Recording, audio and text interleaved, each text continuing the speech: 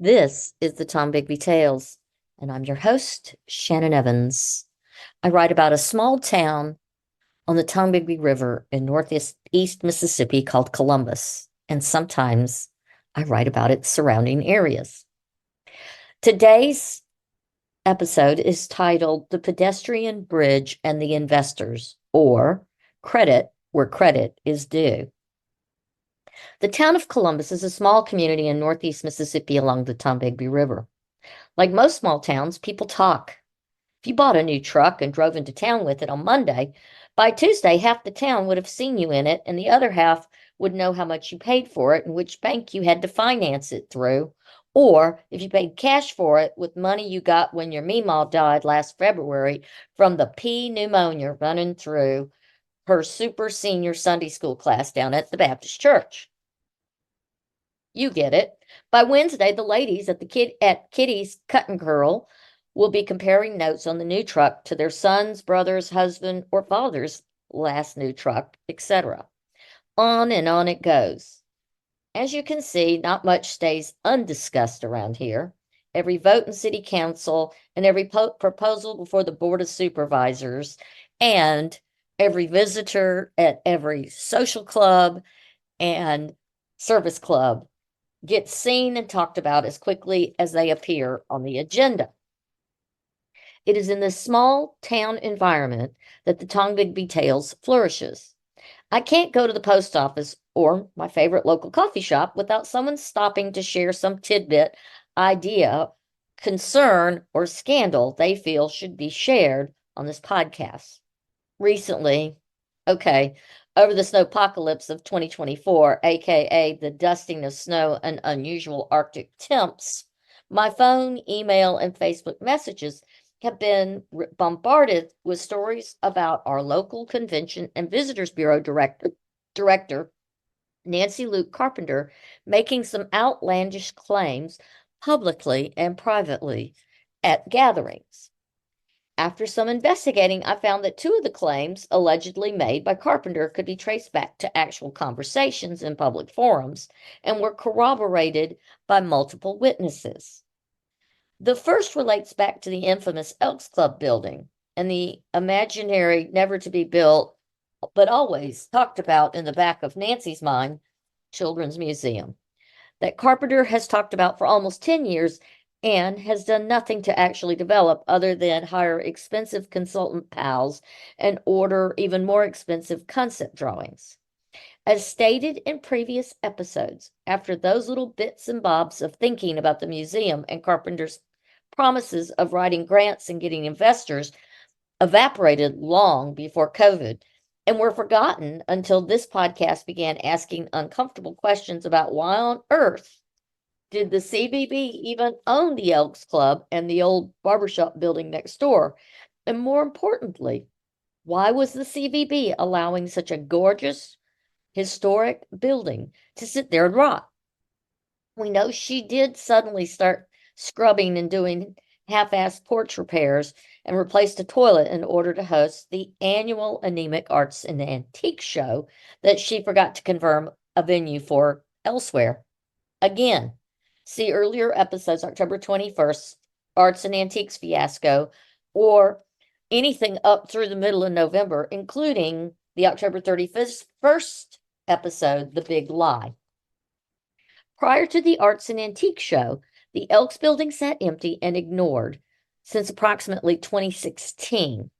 In 2022/2023, the vacant land beside the Elks Club, where the Gilmer Hotel once sat, was under consideration for purchase and development for a boutique hotel and restaurant/event center.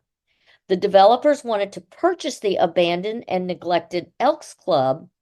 As part of their plan was to restore that building to its former glory and use it as the focal point of their project as the restaurant downstairs and a glorious ballroom upstairs. There's a video that shows the upstairs of that building, and you can see just how lovely that ballroom actually is with the pressed tin ceiling in my YouTube channel. When the investors approached Carpenter to open discussions on possible purchase of the building, she shut it down, stating she owned the building and she was actively building a children's museum there. Well, we know nothing of the sort is happening with the museum, and she does not own the Elks Club building. The Columbus Convention and Visitors Bureau owns it.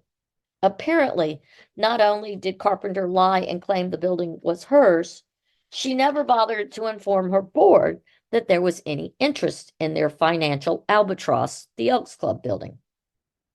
Nancy Carpenter had a chance to do something to positively impact Columbus tourism, a niche hotel targeting tourists, and in her own typically self-serving manner, shut it down.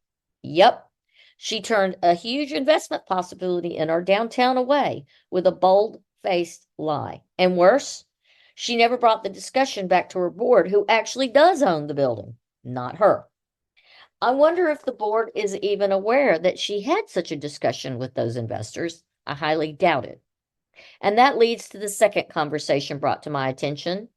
This one is related to Nancy Carpenter's claim that she got $3 million for the bridge repairs and that the city only had a $1 million award, allegedly, for repairing the historic Island Walkover Bridge that was damaged in 2020 by a barge being towed by Cooper Marine and Timberlands based in Mobile.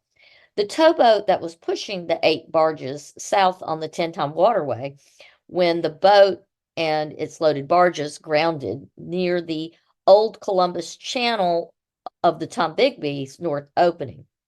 Another boat owned by Max Marine came to assist, and somehow one of the loaded barges broke away and drifted with the current into an eastern support pier of the pedestrian bridge in question that takes people over to the island, thus making it unsafe until recent repairs were started. Maloof Construction was hired to do the repairs after City Attorney Jeff Turnage and an outside attorney who specialized in marine laws filed a lawsuit on the city's behalf, and they were able to get the entire cost of repairs, something a little over $4 million. Another thing that is completely unheard of in settlements of this type. Because the bridge is historic, the Mississippi Department of Archives and Histories would have to approve the preliminary plans. No actual structural changes were being made.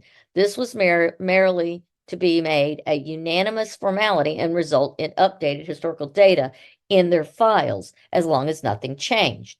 The heavy lifting on this project was all done by Jeff Turnage and the expert team of maritime attorneys with some help by the MDAH. That will come later. The barge company themselves proposed the first fix that had to go through MDAH. It was not only aesthetically ugly, but not in keeping with historic guidelines of the MDAH.